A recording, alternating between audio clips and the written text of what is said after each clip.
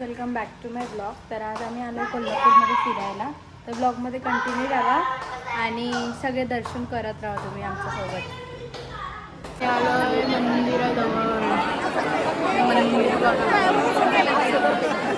महाकालीच्या मंदिरात.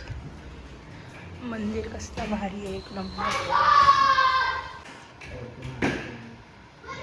देवी बघा किती सुंदर आहे.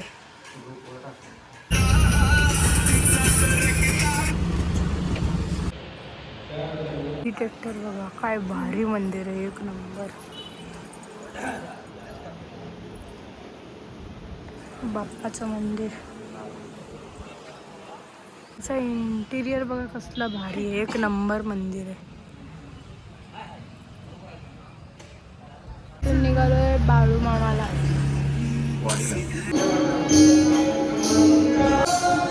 हे स्वामींचं मंदिर आहे. इथे स्वामी आले होते आणि इकडच्या घरातल्यांकडे वाटी नव्हती, तर एक स्वच्छ दगड करून दिला होता त्यांना. खीर दिली होती त्याच्यात आणि तोच दगड इथे, त्याच्यावरती स्वामींच्या हाताचे ठसे उठलेत. हे या मंदिराचं वैशिष्ट्य आहे. खूप भारी मंदिर आहे, एक नंबर. कीर्तन चालू आहे.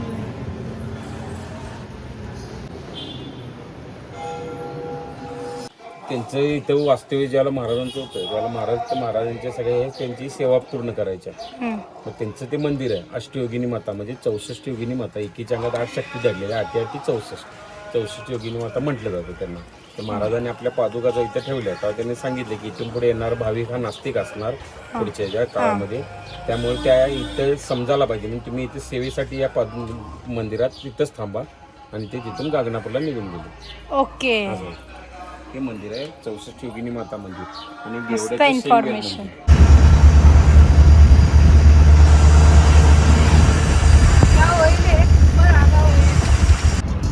कृष्णा नदी.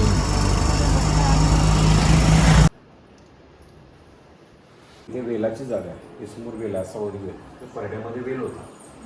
700 वर्षापूर्वी स्वामी या ठिकाणी भिक्षेला आलेले. इथे ज्यावेळेला भिक्षेला आले त्यावेळेला इथे राहणारे ब्राह्मण होते. ते गरीब आणि दरिद्र होते. त्यांना खायचं अन्न म्हणजे कसं, गेवड्याचे शेंगा उकडून खायचे आणि हाच विकून दुसरा सामान खरेदी करायचे. ज्यावेळेला स्वामी इथे भिक्षेला आले त्यावेळेला नवरा शेंगा विकायला बाहेर दिलेलं होतं. आणि आत आल्यानंतर इकडे सगळे जेव्हा ती शेंगा विकायला बाहेर गेला म्हणून महाराजांना सांगितलं की शेंगा विकायला बाहेर गेला, आल्यानंतर भिक्षा देणं. आमच्याकडे उकडलेली शेंगाची भिक्षा आहे, देऊ काय म्हणून.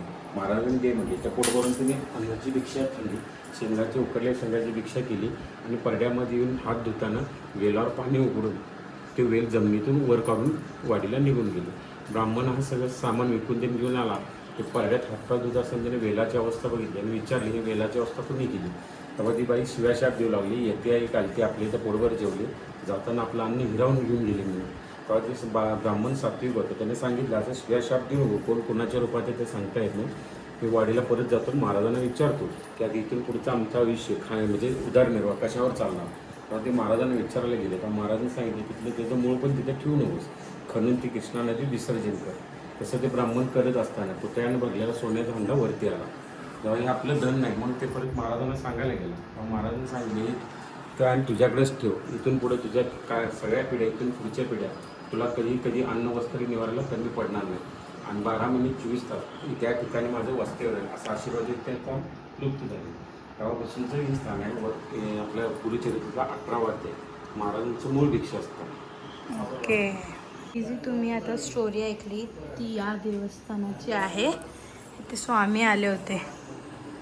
छोटंसंच मंदिर आहे पण भारी आहे. आता आम्ही आलोय दत्त मंदिरात.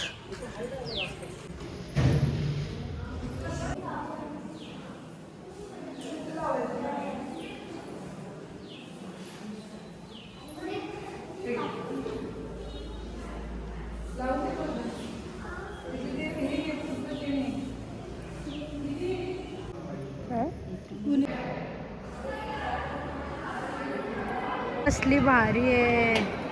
त्रिवेणी संगम आहे. पण कोल्हापूरची कृष्णा नदी म्हणजे काशीच.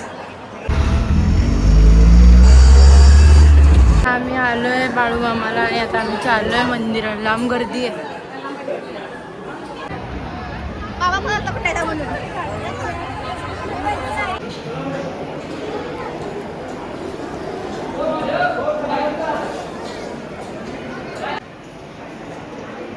आम्ही चाललोय देवीचं आरतीचं दर्शन घ्यायला आणि मार्केट फिरायला. ते चला सोबत फिरूया.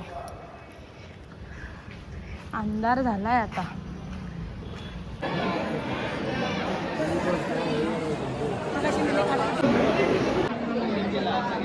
हॉटेलमध्ये